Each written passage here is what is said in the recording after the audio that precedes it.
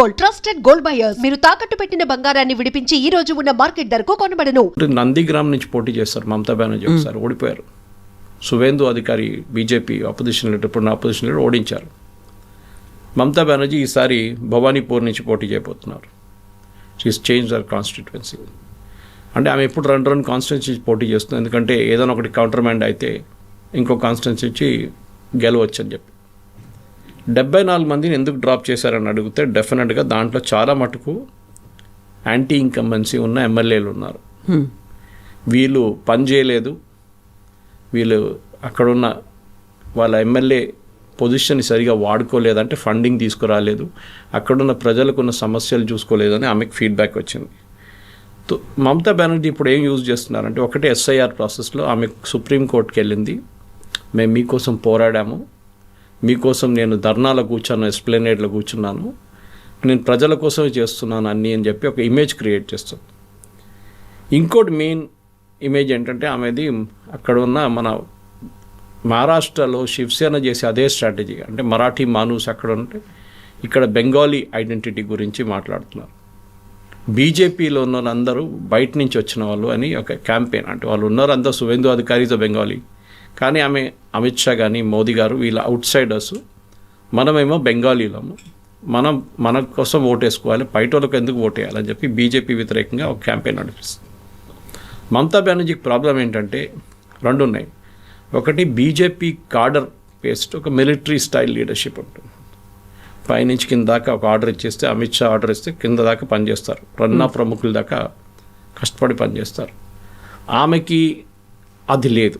ఆమె దగ్గర ఉందంటే ఫుడ్ సోల్జర్స్ అనేది వెళ్ళి కొట్టరా అంటే కొట్టడానికి మనుషులు ఉన్నారు, కానీ పని చేయాలంటే పని చేయడానికి మనుషులు లేరు వాళ్ళ దగ్గర.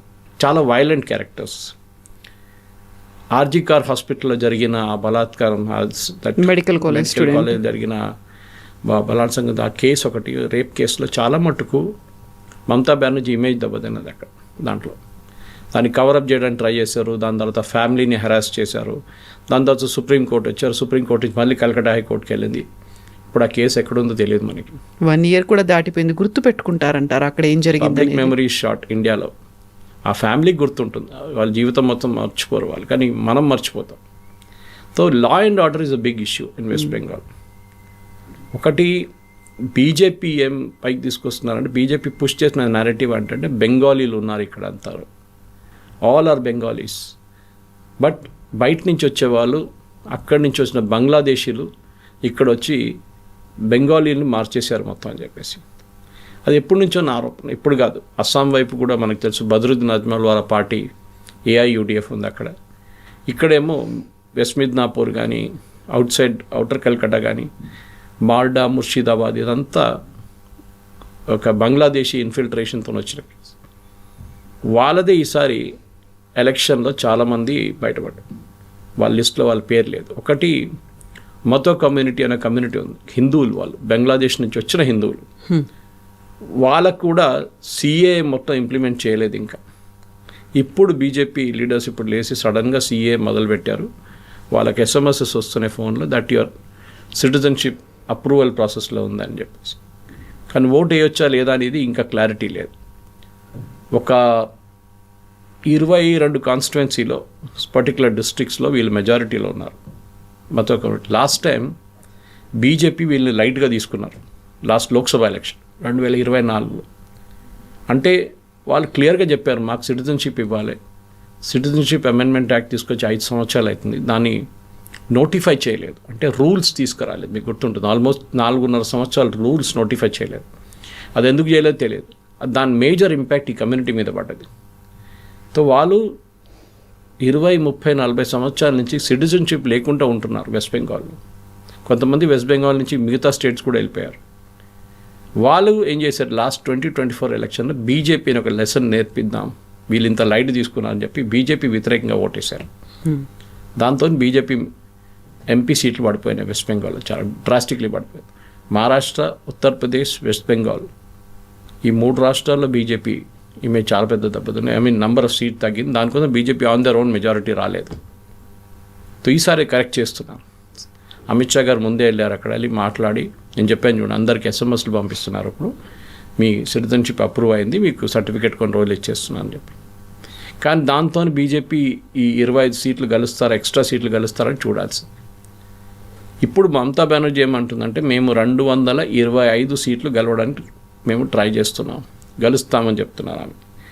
కానీ ఈ పాత దాంట్లో మమతా బెనర్జీ దగ్గర ఉన్న పాత ఎమ్మెల్యేలు కొంతమందిని తీసేసినా కానీ వాళ్ళు పోటీ చేయడానికి రెబెల్ ఫ్యాక్టర్ కూడా లేరు. అది ప్రాబ్లం లేదు ఆమెకి. మిగతా స్టేట్స్ చూడండి, మీరు ఇప్పుడు మహారాష్ట్ర తీసుకోండి, ఈవెన్ బీహార్ కూడా జరిగింది. అది ఒఫీషియల్ క్యాండిడేట్స్ అంటే ఎమ్మెల్యేగా ఉన్న ఎమ్మెల్యేని తీసి పక్కన పెడితే రెబెల్గా పోటీ చేసి వాళ్ళ పార్టీస్ ఛాన్సెస్ని స్పాయిల్ చేస్తారు వాళ్ళు.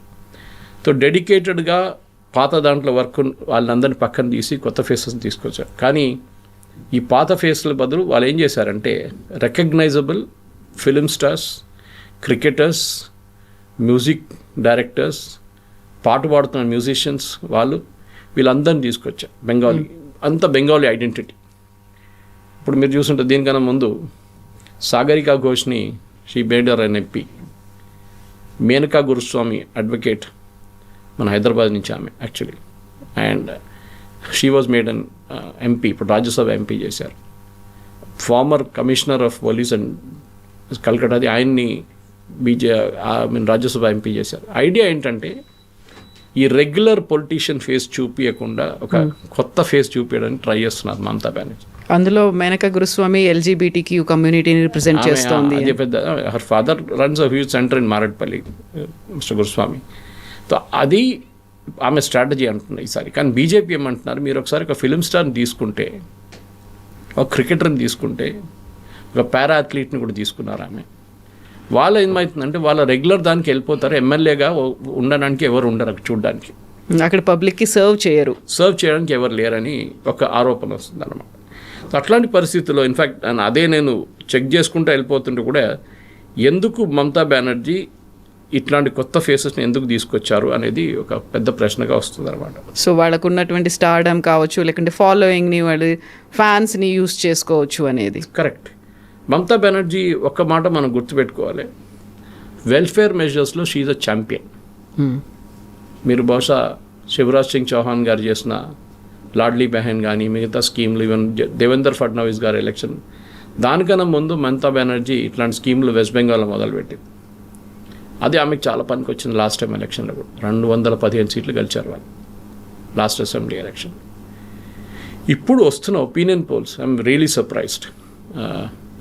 ఏబీపీ అనగానే ఒక యాంటీ మోదీ ఛానల్ అని చెప్పొచ్చు వాళ్ళు, బెంగాల్ బెస్ట్ ఆనంద్ బజార్ పత్రిక వాళ్ళ దాంట్లో కూడా మొన్న వచ్చిన సర్వేలో almost neck to neck race చూపిస్తున్నారు బీజేపీ మమతా బెనర్జీకి. అది అర్థం కావట్లేదు ఎందుకని. అది బహుశా ఇదే ఉండొచ్చు, ఈ 1 కోటి మందిని ఓటర్ లిస్ట్ని తీసేస్తే మమతా బెనర్జీ ఎలక్ట్రల్ బ్యాలెన్స్ తప్పిపోతుంది కంప్లీట్గా. బహుశా అదే జరుగుతుంది. ఇంకోటి ప్రాబ్లం ఏంటంటే మమతా బెనర్జీకి ఉన్న సపోర్ట్ అంతా ఈ ముస్లిం బెల్ట్లో ఉన్న దానికి ఎగ్జాక్ట్ ఆపోజిట్ నార్త్ బెంగాల్లో ఉంది. అది మీరు సిలిగుడి తీసుకోండి, లేకుంటే డార్జిలింగ్ తీసుకోండి, మిగతా ఏరియాస్లో ఫార్మర్లీ గోర్ఖాల్యాండ్ అజిటేషన్ నడిచే ప్లేస్లో అన్నీ అక్కడ బీజేపీకి బాగా పట్టుంది. అక్కడ కూడా ఒక కన్సాలిడేషన్ ఆఫ్ హిందూ ఓట్ ఒకటి వైపు నడుస్తుంటే కన్సాలిడేషన్ ఆఫ్ ముస్లిం ఓట్ ఇంకో వైపు నడుస్తుంది. దీని నడిమిట్లో కాంగ్రెస్ CPM ఉన్నారు, కానీ వాళ్ళు ఎక్కడ లేకుండా పోయారు. వాళ్ళు లాస్ట్ టైం కూడా 0 సీట్స్ వాళ్ళిద్దరికి. ఈసారి మేము సపరేట్గా పోటీ చేస్తామని చెప్తున్నారు ఇద్దరు. అప్పుడు కూడా వాళ్ళకి ఎక్కువ ఓటు రావు. మనం గుర్తుపెట్టుకోవాలి, ఈ వెస్ట్ బెంగాల్ అనే ఒక స్టేట్ ఆల్మోస్ట్ 34 సంవత్సరాలు జ్యోతిబాసు, దాని తర్వాత బుద్ధదేవ్ భట్టాచార్య ముఖ్యమంత్రిగా పరిపాలించిన ఈ స్టేట్ ఇది. ఆ స్టేట్లో ఇప్పుడు CPMకి ఒక్క సీటు కూడా రావట్లేదు. అది ప్రాబ్లం. ఓటింగ్ స్ప్లిట్ కావట్లేదు, which is a good thing. దానికోసం మీరు చూడండి, ఏ సీట్ అయినా కానీ మీరు ఫస్ట్ టైం మమతా బెనర్జీ ఎలక్షన్కి వచ్చినప్పుడు బీజేపీ 3వ స్థానం 4వ స్థానం ఉండే మోస్ట్ ఆఫ్ ద కాన్స్టిట్యుయెన్సీస్. అక్కడి నుంచి నెక్స్ట్ ఎలక్షన్కి వచ్చేదాకా బీజేపీ 3వ స్థానానికి వచ్చారు. అప్పుడు కాంగ్రెస్ CPM ఉన్నారు అప్పుడు కూడా. దాని తర్వాత నెక్స్ట్ ఎలక్షన్ అంటే లాస్ట్ ఎలక్షన్కి వచ్చిన తర్వాత కూడా బీజేపీ 2nd పొజిషన్కి వచ్చేసారు. చాలా కాన్స్టిట్యుయెన్సీ 64-70 సీట్లు గెలిచారు వాళ్ళు. కానీ బీజేపీ ఒక లెసన్ ఏం నేర్చుకున్నారంటే, నేను చెప్పాను 74 ఎంత గెలిచారు, ఇప్పుడు 65 అంత ఉంది. ఈ డిఫెక్టర్స్ని పార్టీలో తీసుకుంది, పార్టీకి పెద్దగా ప్రాబ్లం అయిపోయింది. ఒక కొత్త పార్టీ ఫామ్ చేస్తున్నప్పుడు, కొత్త పార్టీ అని కాదు, కొత్త ఒక స్టేట్లో మీరు ఇంపాక్ట్ క్రియేట్ చేయడం మీరు అన్ని పార్టీల నుంచి తీసుకుంటారు. ఇప్పుడు మన దగ్గర ఈట్ల రాజేందర్ కానీ మిగతా వాళ్ళని బీజేపీ తీసుకున్నారు, దాని ఇంపాక్ట్ కనిపిస్తుంది ఇప్పుడు కూడా. బండి సంజయ్కి ఇట్లా రాజేందర్కి పడదు. అవును, అట్లాంటి చాలా పాలిటిక్స్ ఉన్నాయి ఇక్కడ. కొత్త వాళ్ళు వీళ్ళు వచ్చింది మొన్ననే వచ్చింది కదా, డీకేఆర్న కూడా అంతే అక్కడ. సో ఆ old guard versus new guard ఒక ప్రాబ్లం ఉంది. అందులో క్యాడర్ కూడా కలుసుకోవాలి అంటే కష్టం అవుతుంది, చాలా కష్టం. ఇన్ఫాక్ట్ వెస్ట్ బెంగాల్ ప్రాబ్లం ఉంది బీజేపీకి. మీరు చూసుంటారు, బీజేపీ టికెట్ మీద గెలిచిన ఎంపీలు చాలామంది రిజైన్ చేసి టీఎంసీకి వెళ్ళిపోయారు. వాళ్ళు ముందు టీఎంసీని ఇక్కడికి వచ్చారు. వాళ్ళు మినిస్టర్ చేసిన యూనియన్ మినిస్టర్గా ఉన్న వాళ్ళు కూడా రిజైన్ చేసి టీఎంసీకి వెళ్ళిపోయిన కేసెస్ ఉండే మన దగ్గర. ఆ పరిస్థితిలో ఈవెన్ సువేందు అధికారి తీసుకోండి, who the leader of opposition నా, ఆయన 2011 దాకా ఈ was TMC man, Congress leader ఉండేదంట. సో ఆయన్ని ఇప్పుడు లీడర్ ఆఫ్ అపోజిషన్కి కూర్చోబెట్టారు. బీజేపీలో తపన్ రాయ్ వీళ్ళందరూ ఉన్న టైంలో గుండి బీజేపీకి లీడర్లు ఎక్కువ, బెంగాల్లో ఫాలోవర్స్ తక్కువ ఉండే. కానీ ఇప్పుడు ఆ ప్రాబ్లం లేదు బీజేపీ. కానీ ఎక్కువ తప్పు బీజేపీ చేశారు లాస్ట్ ఎలక్షన్లో. వాళ్ళ కోసం పనిచేసిన కార్యకర్తల్ని ఎలక్షన్ తర్వాత చూసుకోలేదు వాళ్ళు, ఇడిచేశారు. మీరు చూసుంటారు, ఆల్మోస్ట్ ఒక 16 మందిని చంపేశారు ఈ టీఎంసీ వాళ్ళు. అదేదో సూసైడ్ అంటారు, ఏదో యాక్సిడెంట్ అని చెప్పి పుష్ చేసేసారు కేసు. అటాక్స్ చాలా జరిగింది. అది ఒక పెద్ద ప్రాబ్లం. ఎందుకంటే నాకు తెలిసిన చాలామంది ఫ్రెండ్స్ అక్కడ ఉన్నారు, వాళ్ళు అదే చెప్పారు, మమ్మల్ని పార్టీ కాపాడుకోలేదు, మేం పార్టీ కోసం ఎందుకు పనిచేయాలి. ఇదొక లాజిక్ వచ్చిందన్నమాట. సో ఇప్పుడున్న పరిస్థితుల్లో యంగ్ ఓటర్స్ని అట్రాక్ట్ చేయడానికి ట్రై చేస్తున్నారు. మనకందరూ తెలిసిందే, మమతా బెనర్జీ ఆమె పెళ్లి చేసుకోలేదు, సో ఆమె వారసత్వం చెప్పడానికి Abhishek Banerjee. Same thing with Mayawati also, అక్కడ అదే ప్రాబ్లం ఉంది. అభిషేక్ బెనర్జీ కొంచెం యారగెంట్, ఎందుకంటే ఒకటి యంగ్స్టర్స్ వాళ్ళ బ్లడ్లోనే ఉంటుంది. సో తృణమూల్ కాంగ్రెస్ ఏం చేస్తున్నారంటే ఈసారి బీజేపీ యూజ్ చేసిన అదే స్ట్రాటజీ యూజ్ చేస్తున్నారు. బీజేపీ దాంట్లో ఒక మహిళ ఉంది, వాళ్ళ పొద్దున్న ఆమె గురించి పోస్ట్ చేశాను కూడా, పన్మన్షి.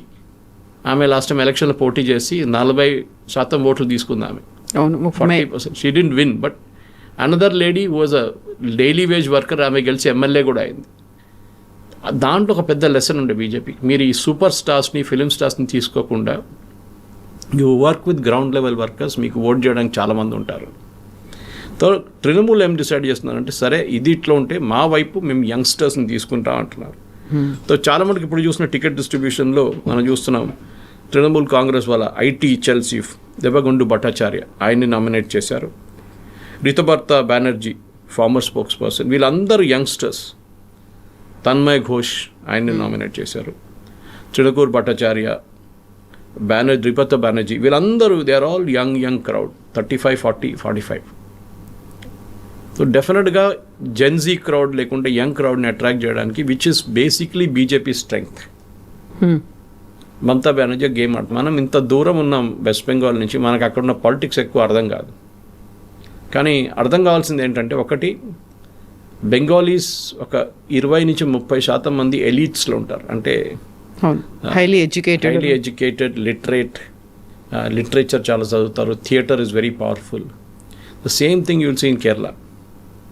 కేరళైట్స్కి బెంగాలీస్కి అంటారు fish and coconut are all same. వీళ్ళందరూ they have the same love for it అని చెప్తారు, అండ్ కమ్యూనిజం ఆల్సో. అక్కడున్న ఈ పరిస్థితుల్లో ఇప్పుడున్న దాని ప్రకారం వెస్ట్ బెంగాల్లో బహుశా ఈసారి it will be a tough race, అదే కనిపిస్తుంది. ఎందుకంటే నా దగ్గర డేటా చూస్తే సిపిఎం కూడా ఈసారి ఒక 5-6% ఓట్లు సిపిఎం తీసుకెళ్తే then Mamata Banerjee will be in trouble. That is the main thing. వీళ్ళు బీజేపీ వైపు నుంచి మనం చూస్తే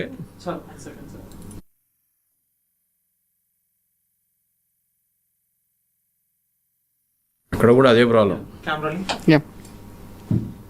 You want to ask some question or do you want me to start off? Yeah. So, బోల్డ్ అన్ని స్ట్రాటజీస్ అయితే మార్చాల్సిన అవసరం ఉంది. ఇప్పటికైతే 74 సిట్టింగ్ ఎమ్మెల్యేలను మార్చారు అనుకున్నప్పుడు, బీజేపీ ముందు కూడా అక్కడ ఒక విన్ విన్ సిచ్యువేషన్ ఉంటుందా అనుకుంటే, ఇక్కడ వస్తున్నటువంటి అనాలిసిస్లు కావచ్చు, స్ట్రాటజీలు, ఇవన్నీ 50-50% అనేది. సో ఇద్దరికి నెక్ టు నెక్ ఉంటుంది అనుకున్నప్పుడు ఇద్దరు దాన్ని ప్రెస్టీజియస్గా తీసుకుంటున్నారు. Then what about Congress? అక్కడ ఎలా ఉంది అది? కాంగ్రెస్కి అసలు ఛాన్సే లేదు అక్కడ. సిపిఎం కాంగ్రెస్ కలిసి పోటీ చేస్తే కూడా 6%-7% ఓట్లు తీసుకెళ్తారు అంతే.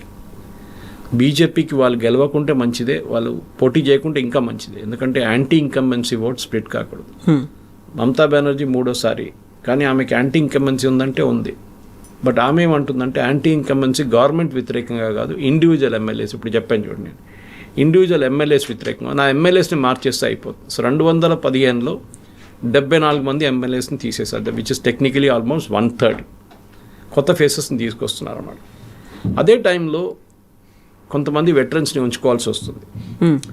ఫర్ ఎగ్జాంపుల్ దెబశిష్ కుమార్, ఆయన టీఎంసీ రాజ్బిహారీ నుంచి పోటీ చేస్తున్నారు. సో కల్కట్టా పక్కన ఉన్న ఏరియాస్లో అంతే అన్నీ మనం మాట్లాడుకున్నప్పుడు ఇంటలెక్చువల్ ఎల్డర్లీ వాళ్ళని తీసుకొస్తున్నారు అనమాట. అక్కడే ఎస్ఐఆర్ ప్రాసెస్లో చాలా మటుకు ఓటర్స్ డిలీట్ అయింది ఈ ఏరియాస్ నుంచి. సో అక్కడ కొత్త వాళ్ళు తీసుకొస్తే ప్రాబ్లం అవుతుందని మమతా బెనర్జీకి చాలా క్లియర్గా తెలిసిపోయింది. ఎందుకంటే బీజేపీ దీని మీద మళ్ళీ అదే క్యాంపెయిన్ చేస్తున్నారు. అంటే మీరు బంగ్లాదేశ్ వాళ్ళని తీసుకొచ్చి ఇక్కడ పెట్టి వాళ్ళ ఓట్లు తీసుకుంటున్నారు.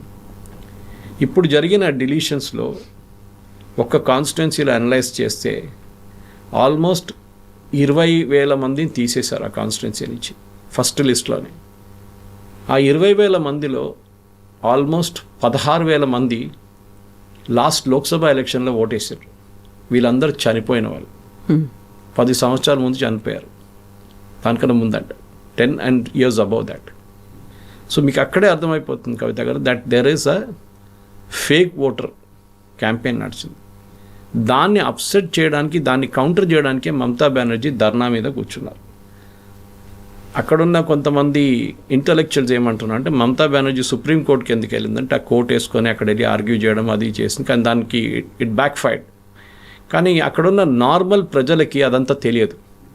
ఆమె హోర్డింగ్లు పెట్టుకున్నది, చూడండి మీకోసం మేము పోరాడాం, అక్కడ వెళ్ళి మీ ఓట్ల కోసం నేను వెళ్ళాను అని చెప్పేసి she created a big Führer.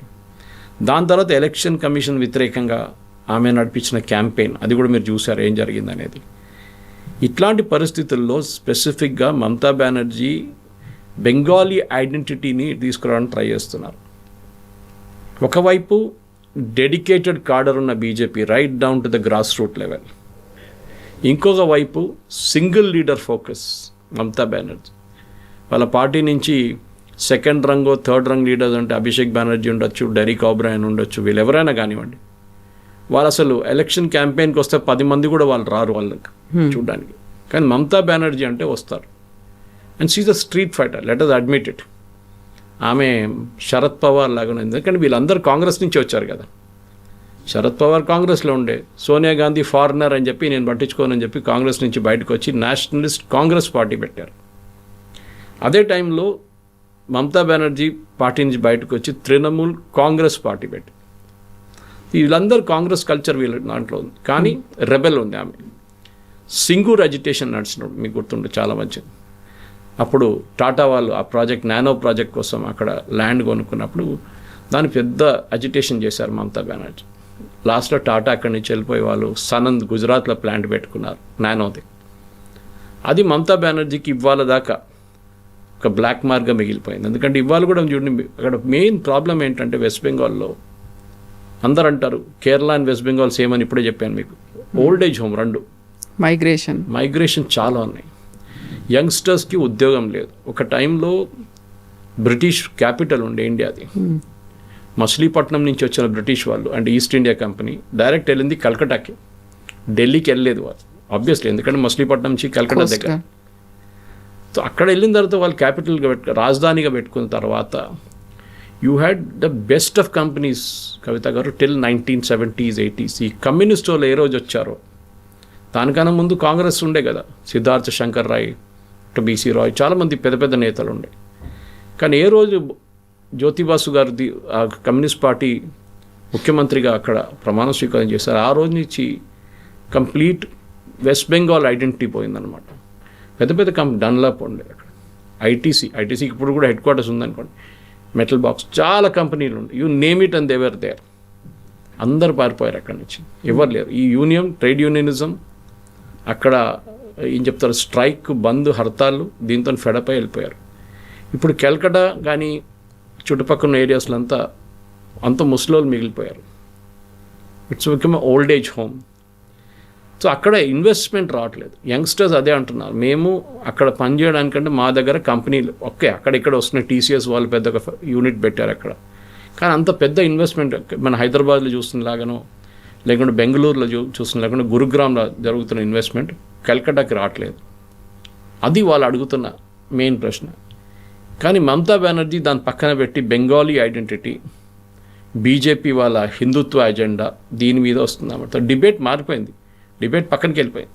The main focus should have been అక్కడ ఇండస్ట్రీస్ ఎందుకు రావట్లేదు, అక్కడ అట్లాంటి అట్మాస్ఫియర్ క్రియేట్ చేసి. సో ప్రధానమంత్రి గారు అదే అంటున్నారు. మోదీ గారు మీరు చూసుంటారు, లాస్ట్ ఒక 3 నెలలు 4 నెలల్లో చాలాసార్లు వెస్ట్ బెంగాల్కి వెళ్ళారు. Okay, even president Droupadi Murmu వెళ్ళినప్పుడు కూడా అక్కడ పెద్ద కాంట్రవర్సీ చేశారు. మమతా ప్రొటెస్ట్ చేశారు, అక్కడ ట్రైబల్ ఉమెన్ని రాకుండా చేశారు అనేది. అది మీటింగ్ వెన్యూ మార్చేశారు మొత్తం. ఆమె ఉండే బాత్రూంలో, ఆమె ఉండే గెస్ట్ హౌస్ బాత్రూంలో నీళ్ళు లేకుండే. ఆలోచించండి, ప్రెసిడెంట్ ప్రోటోకాల్ ప్రకారం రిసీవ్ చేయడానికి ఎవరు వెళ్ళలేదు. చాలా ఉన్నాయి. బట్ మమతా బెనర్జీకి ఆమె ఏమనుకుంటుందంటే నేను రూల్ కాదు, నాకు రూల్ ఏం బాధితం కాదు. It is almost like an attitude of Rahul Gandhi. Rules అంటే నాకు కాదు, మిగతా వాడికి రూల్స్ అని. సో మమతా బెనర్జీ అరెగెన్స్ ఒక వైపు, ఇంకొక వైపు బీజేపీలో అట్లాంటి ఒక సీనియర్ లీడర్ని పైన తీసుకురాలేకపోతున్నారు. సువేందు అధికారి ఉన్నారు, తపన్ రాయ్, వీళ్ళందరూ ఉన్నారు. కానీ బీహార్లో కూడా అదే ప్రాబ్లం మీకు కనిపిస్తుంది, జార్ఖండ్లో కూడా అదే problem. They don't have any senior leader పార్టీలో హూ కెన్ సే ఈయన సీఎం క్యాండిడేట్ అని చెప్పి. సో మమతా ఏమంటుంది, నేను సీఎం క్యాండిడేట్, బీజేపీ వైపు ఎవరు లేరు చూడండి. రేపు సువేందు అధికారిని చేస్తే ఫ్యాక్షనిజం అక్కడ కూడా చాలా ఉన్నాయి పార్టీలో. అది మీకు ప్రతి స్టేట్లో కనిపిస్తుంది ఫ్యాక్షనిజం. ఇక్కడ కూడా మన దగ్గర తెలంగాణలో తక్కువ కాదు. సో ఈ ఫ్యాక్షన్ దాన్నే బీజేపీకి ఒక నెగిటివ్ ఇమేజ్ అక్కడ వచ్చిందనమాట. వీళ్ళ నడిమిట్లోనే గొడవ ఎక్కువ ఉంది. సో ఇప్పుడు అమిత్ షా గారు దాన్ని టోటల్ టేక్ ఓవర్ చేసుకున్నారు.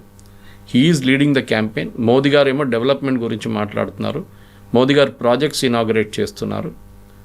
దాన్ని బట్టి అక్కడున్న నెక్స్ట్ జనరేషన్ కోసం కొత్త బెంగాల్ని తీసుకొద్దామని మోదీ గారి క్యాంపెయిన్. మమతా బెనర్జీ ఏమో మోర్ ఎమోషనల్ లెవెల్లో వస్తుంది. ఓకే, మా మాటి మనూస్, అది ఆమె ఆ క్యాంపెయిన్ మీద నడుస్తుంది. చూడాలి ఎవరు గెలుస్తారో. But as of now SIR ప్రాసెస్లో ఎన్ని ఓట్లు పోతే దాని మీదే ఫైనల్ ఇంపాక్ట్ ఎలక్షన్లో ఉంటుంది, దానికి డౌట్ లేదు.